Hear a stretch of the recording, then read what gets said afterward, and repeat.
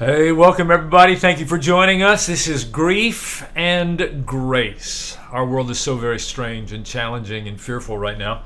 Huffington Post writer Sonny Fitzgerald described it this way. She said it's as though there were omnipresent layers of loss that we are suddenly and globally submerged in. Daily death tolls blasting across our screen, swift shutdowns of businesses, the absence of physical connection, the abrupt loss of our pre-pandemic lives. And for many, in the middle of all of that, the loss of people they cherish and the inability to engage in the normal rituals of loss and mourning is overwhelming. If we've never met, my name is Dave Bailey. I have a background in a variety of social work settings, and I currently work for the biggest provider of funeral services in North America. And this live is about creating space for a conversation that many of us avoid at all costs, and that's the conversation around grief.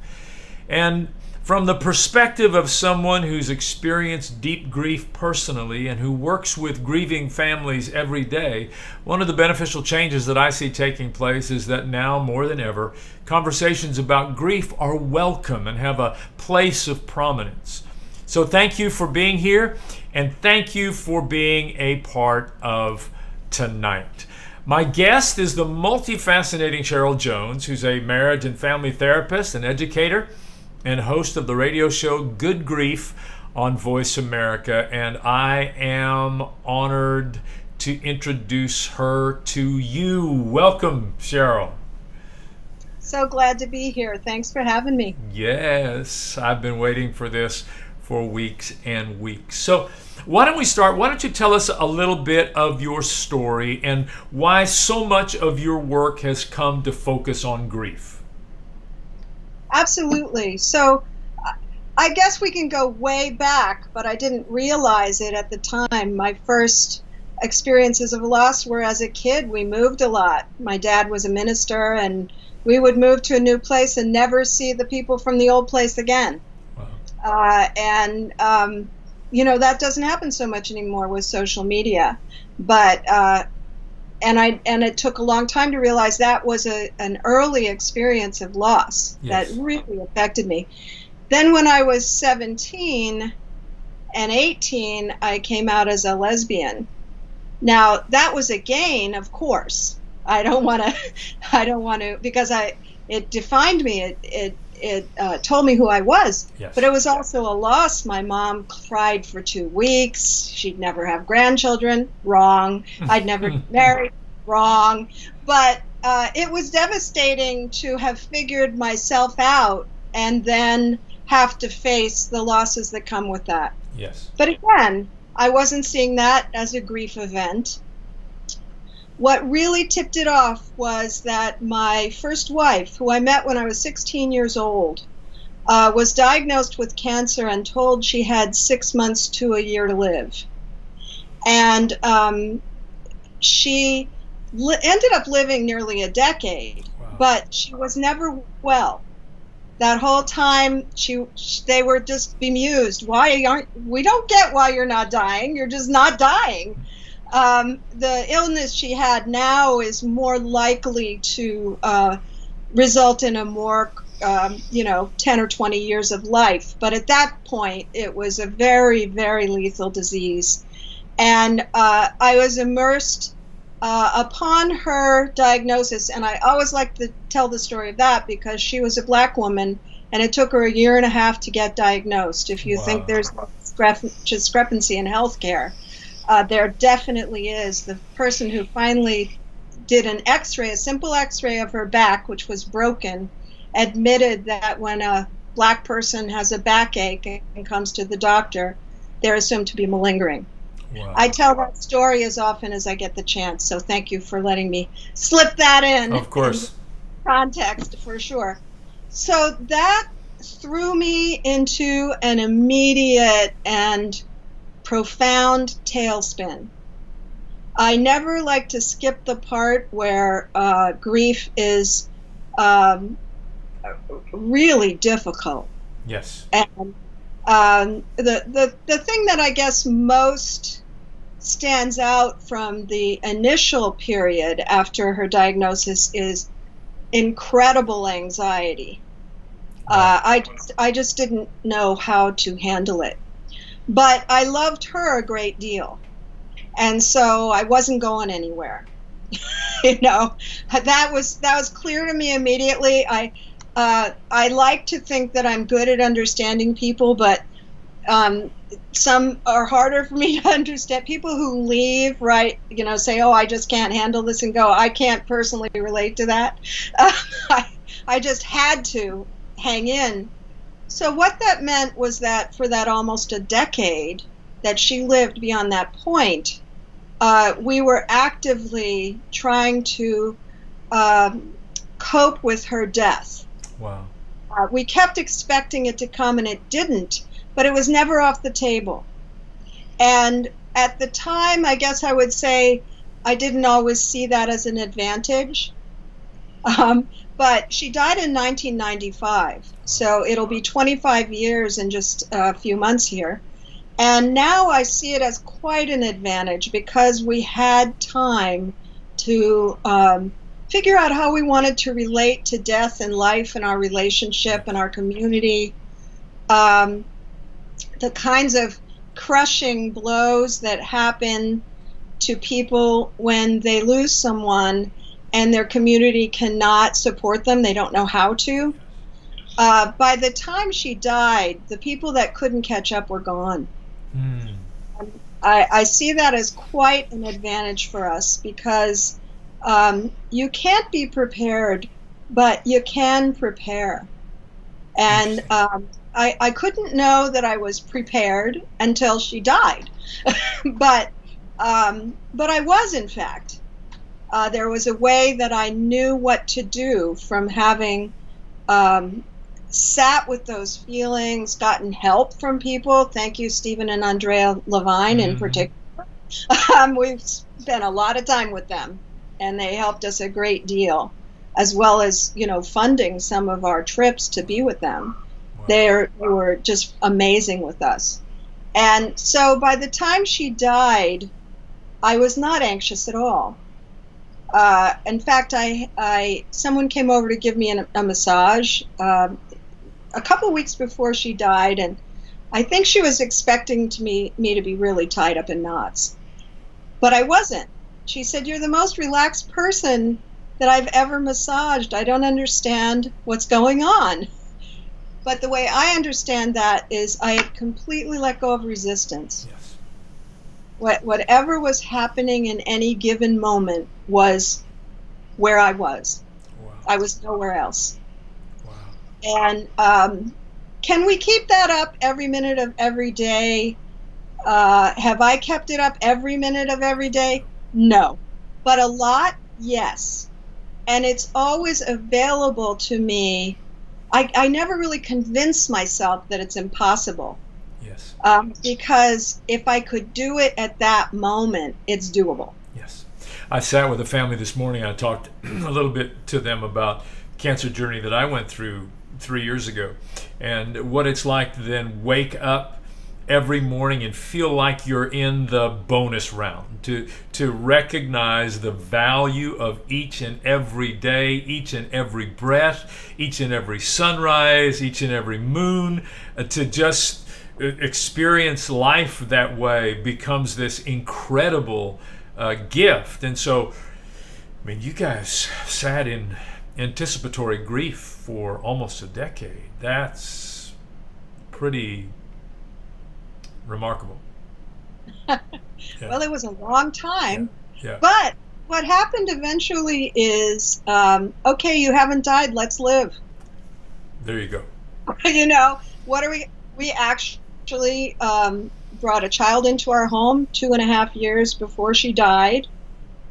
She had been trying to convince me for a long time. Yeah. And I was like, okay, we had a teenager, a baby, and a dying wife. That really doesn't sound too good to me.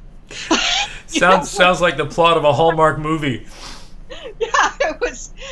Maybe someday, I don't know. But I resisted. And then at some point she said, had we done it when I first suggested it, that child would be like 2.5 now. And I realized that, and she said, and not to mention, people who never thought that was in the cards for them have since died. Yes, interesting. And there was some way in which, before that, I was a pretty nervous, scared type of person, very shy, believe it or not, now. And I just hesitated. Even though I'd done things that people would consider brave, like coming out, I didn't see it that way exactly. But that took some courage. Wow, that's fascinating. So, that's the beginning of my story. Yes. And then I was training as a therapist during the time that she was ill. Got my license, maybe roughly halfway through. And so I guess I've always seen myself as a grief and transformation type of therapist, that every person who comes in, I think, okay, this is really terrible. And I have faith. They don't yet, but I have faith they can make something out of this. Wow. So that really is the cornerstone of everything I do. Wow. And then, of course, my radio show is all people who've done that, Yes. who've faced huge loss and come through. Wow. So in your work, you talk about 4 principles that help to develop resilience in the middle of the grief journey. You talk about feel the grief, find comfort and solace, find inspiration, and take action. Could you sort of walk us through those 4 principles and the development of those in your mind? Absolutely. So I want to start by talking about my conception of resilience, because I think it gets misconstrued. And the dictionary's to blame. There are 2 definitions in the dictionary. The first one has to do with a certain way of being strong. And what I would say is that's sort of the oak metaphor. You're a strong piece of wood, and the wind comes and it doesn't even blow you over. But I guess I like the second definition, which is elasticity. That resiliency that's elastic is more like a willow or a quaking aspen or something. It moves. Yes. It moves, and then it comes back to a form. So I think the first type of resiliency is often I'll see lists. Get enough exercise, sleep, find a hobby, lists of things to do. Yes. So I think of it a little differently in these categories. Grieve, have your feelings. Yes. Without that one, none of the others are possible consistently, I don't think. Even if it's just for a moment of acknowledging, wow, this affects me. Yes.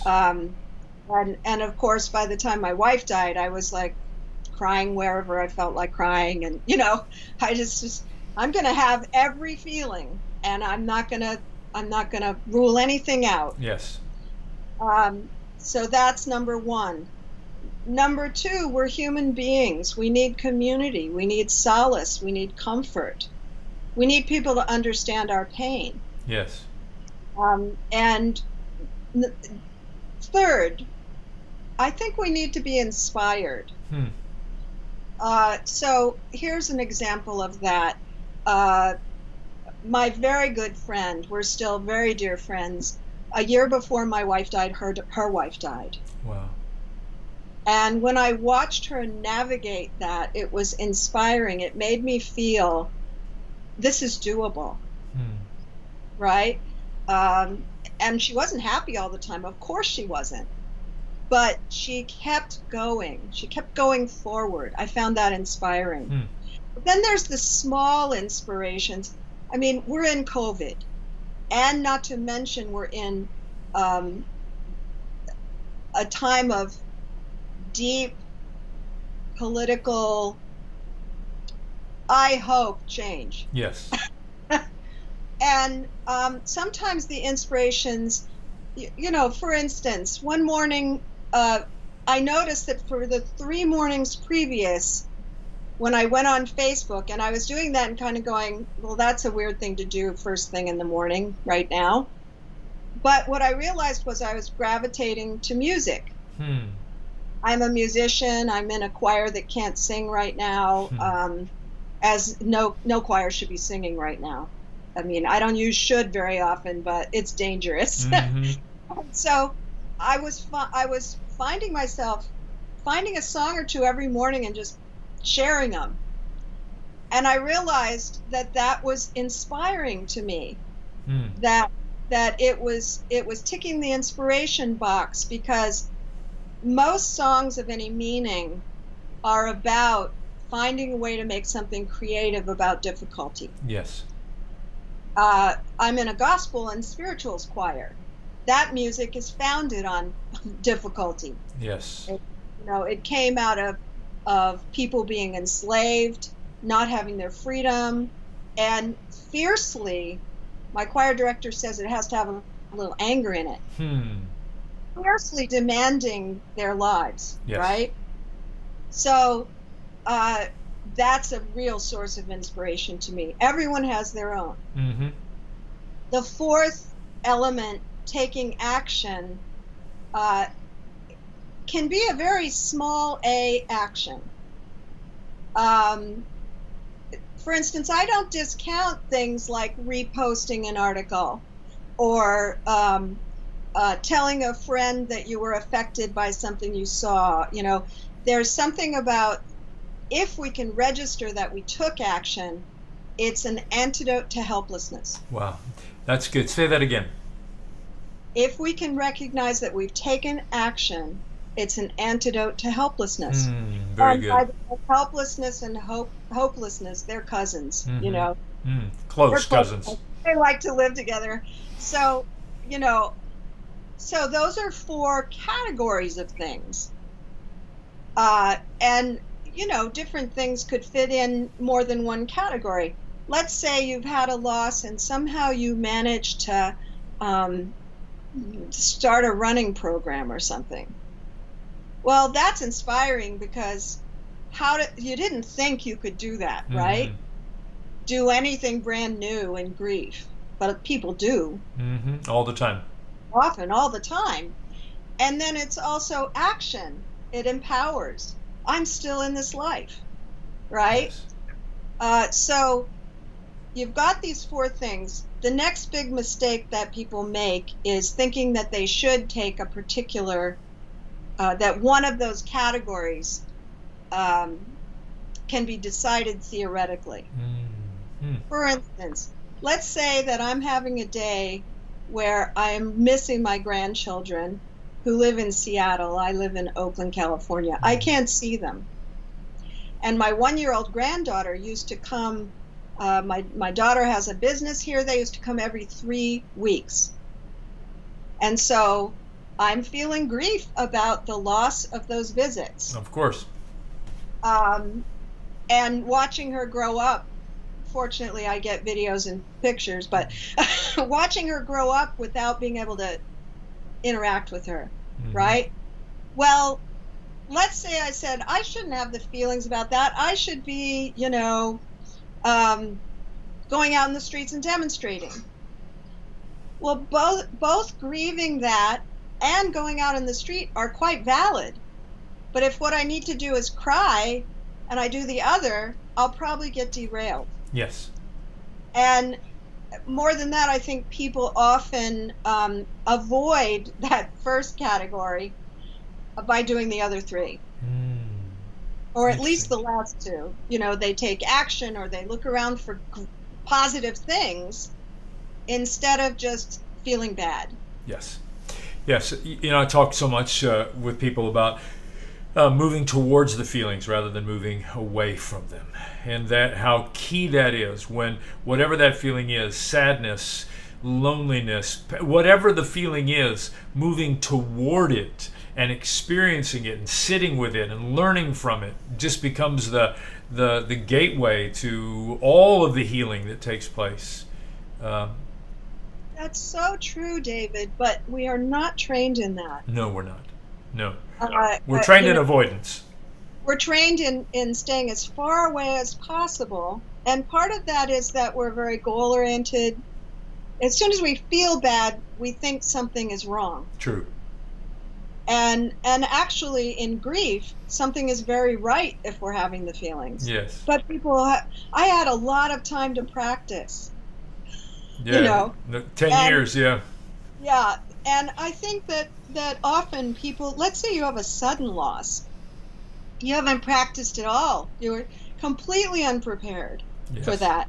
So then the work of figuring out how to do that often happens then. Yes, that's true. It's just when you were talking, I was thinking about acceptance and commitment therapy. ACT talks about the goal is not to feel better, the goal is to feel better.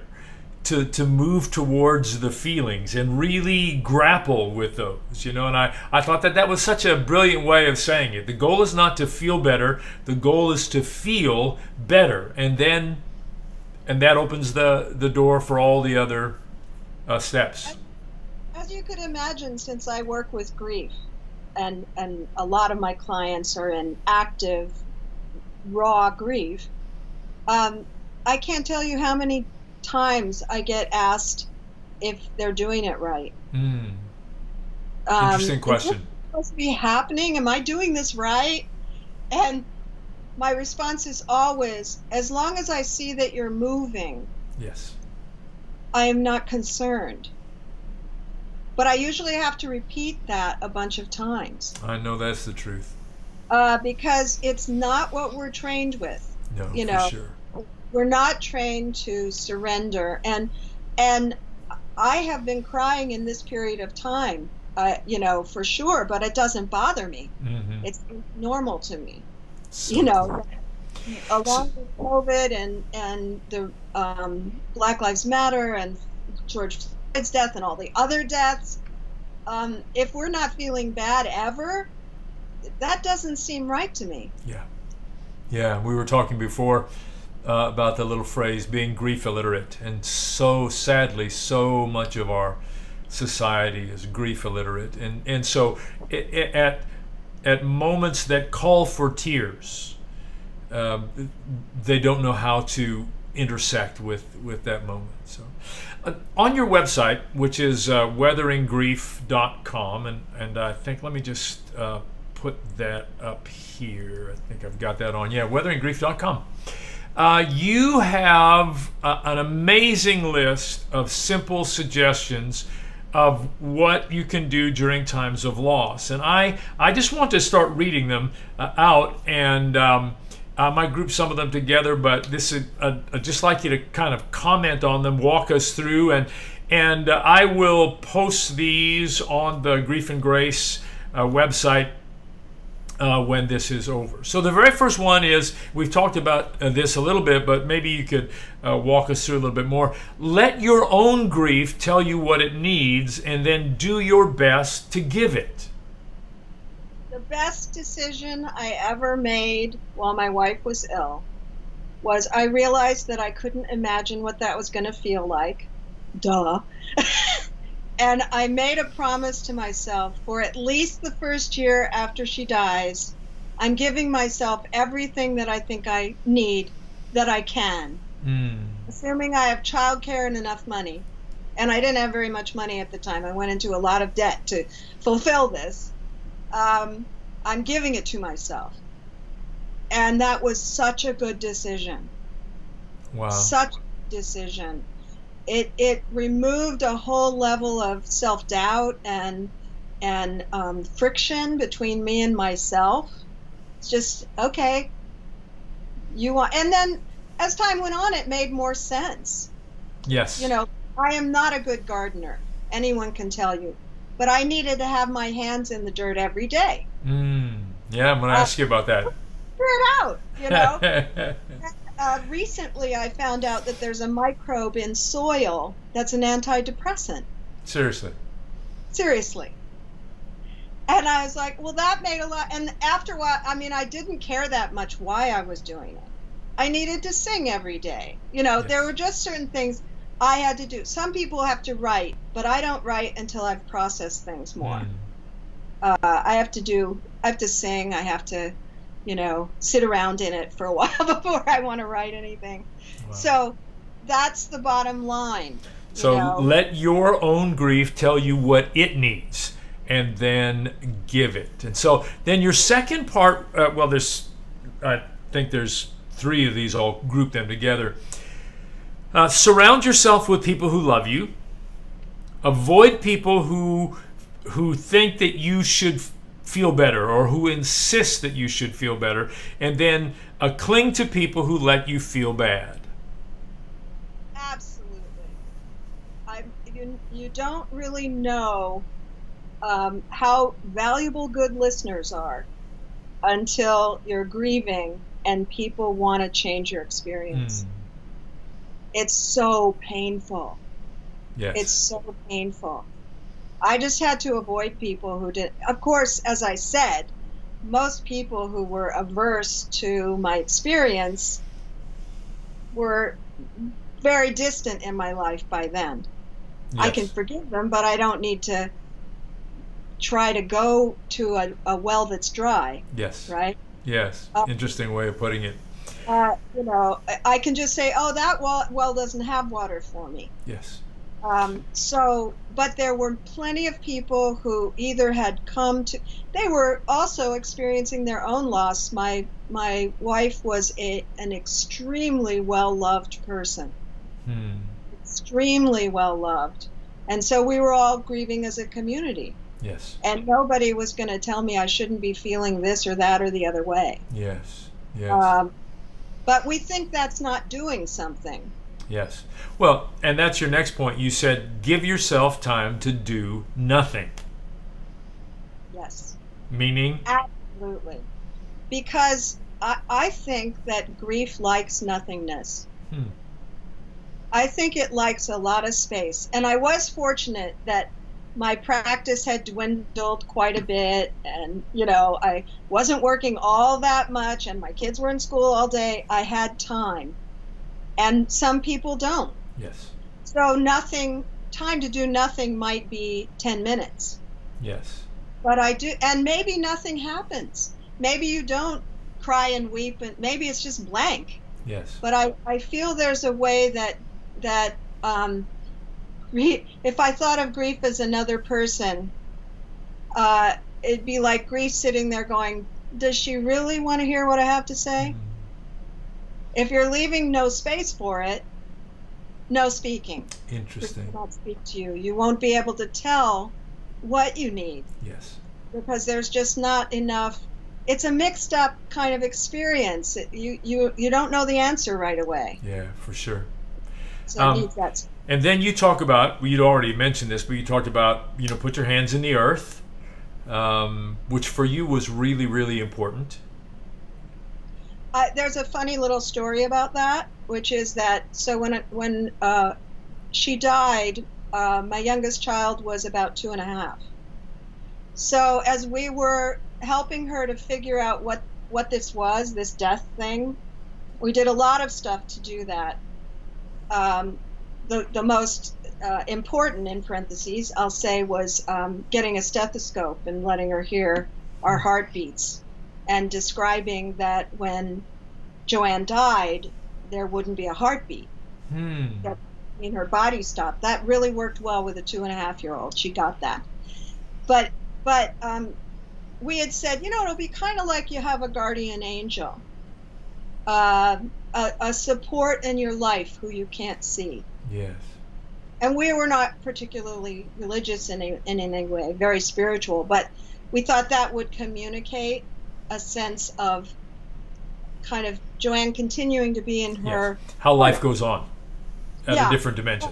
But she heard it a little differently. She thought we said garden angel. Oh, that's funny. And so... And then we got right on board with that because it was so sweet and beautiful, and so we had people bring plants to the memorial, and we planted them. So that was a head start on the gardening thing, right? Wow. But the amazing part is that I didn't let them die because, as I said, not really much of a gardener. The black thumb. Yeah, a little bit. I do better with cultivating people, growing people. Anyway, so I put it on the list because it had been so meaningful for me, and it wasn't something that would have made any sense that I would do. Yes. But Interesting. it really made a difference. And then you've already mentioned this about finding someone who's experienced the loss, talk to them because of their inspiration to help you through the process. And you talked about part of the list is cry when you need to cry, which is good. But then I loved you had this statement, on a day when you feel better, let yourself. Oh, that's so important.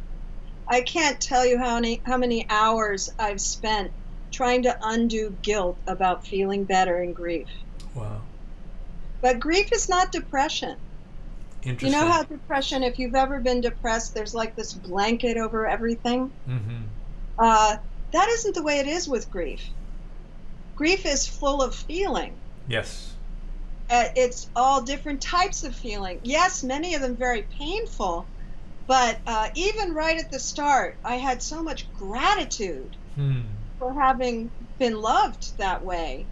Wow. For having the experiences I had. And I had so much joy when I would remember something that was particularly meaningful between us. And I'll tell you, those were a little bit hard things to talk about. Yes. At first, because people didn't expect that. Yes. Well, I think you and I were talking a couple weeks ago, and I think it was part of that conversation that we talked about that it's not sadness or joy, but it can be sadness and joy.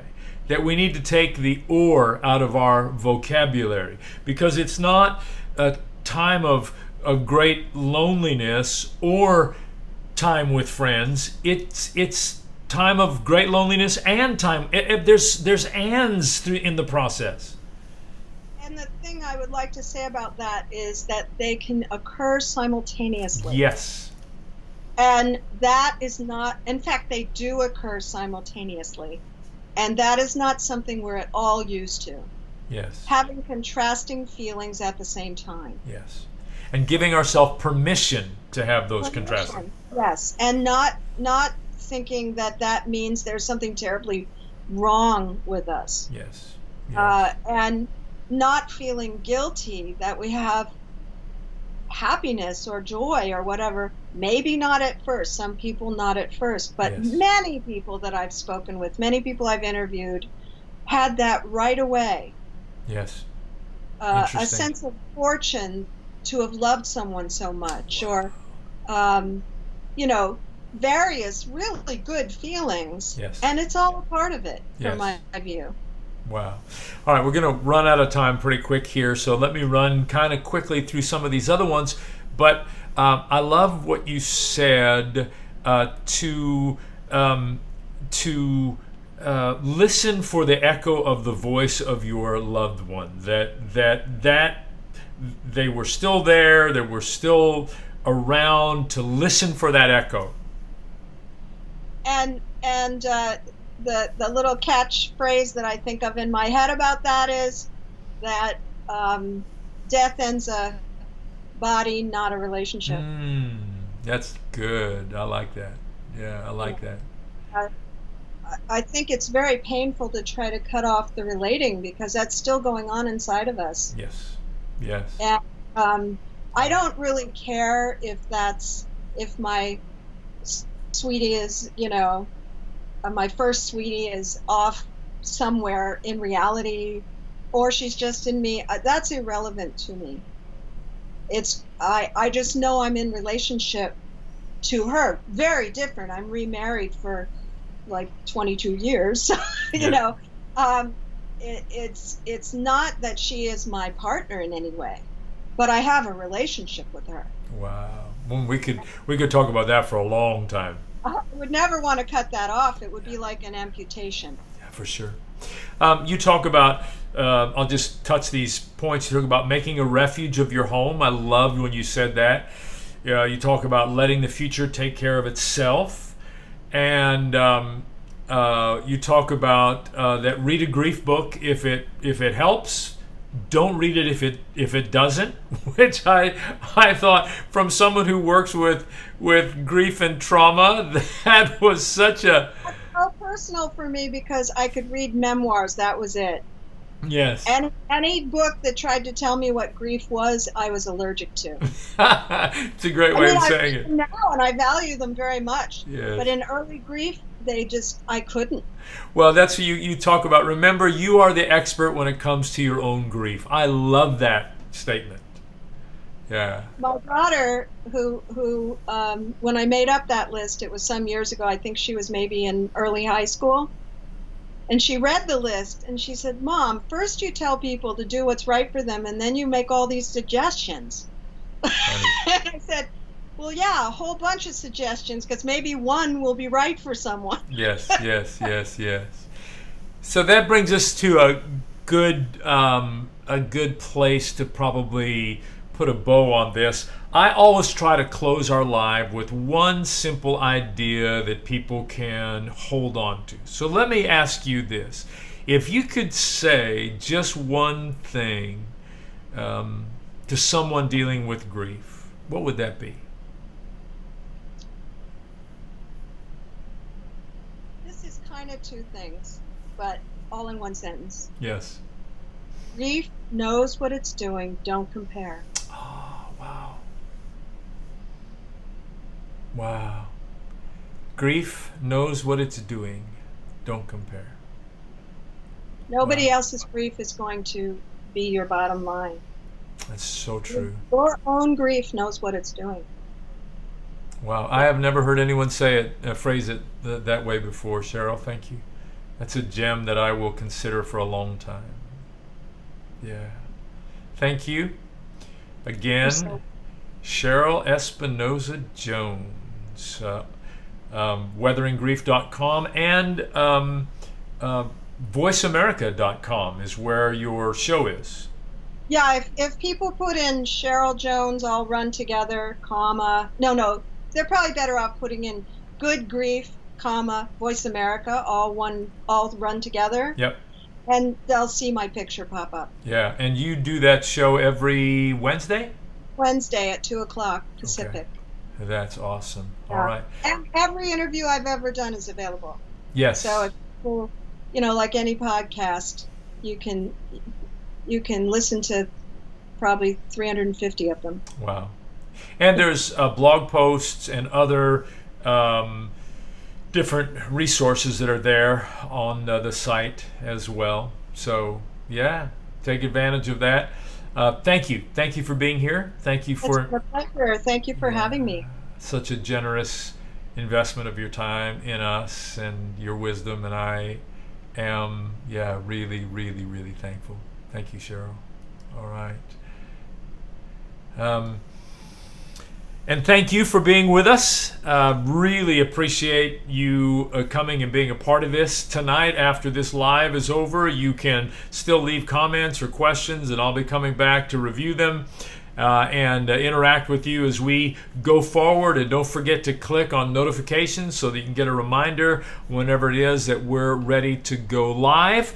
And if you've gotten some value out of this, please feel free to share it. And again, go to weatheringgrief.com and check out all of Cheryl's works and writings. And as she said, you'll find back episodes of Good Grief, and it's all incredibly helpful material. Our guest next Monday is Lindsay Whistle-Fenton, who is a senior producer, director at WPSU, an award-winning storyteller, and the producer of a new documentary entitled Speaking Grief, which is a multi-platform public media initiative aimed at creating a more grief-aware society. And I know it's going to be very touching and insightful. Speaking Grief is airing on various public media platforms at this stage. And if you go on the Speaking Grief website, you can see when it's airing in your city. But I'm really, really excited to have Lindsay here next week and have that conversation with her. So again, thank you, Cheryl. Thank you for being with us. And thank you for coming and being a part of tonight. We'll see you next Monday. Stay safe.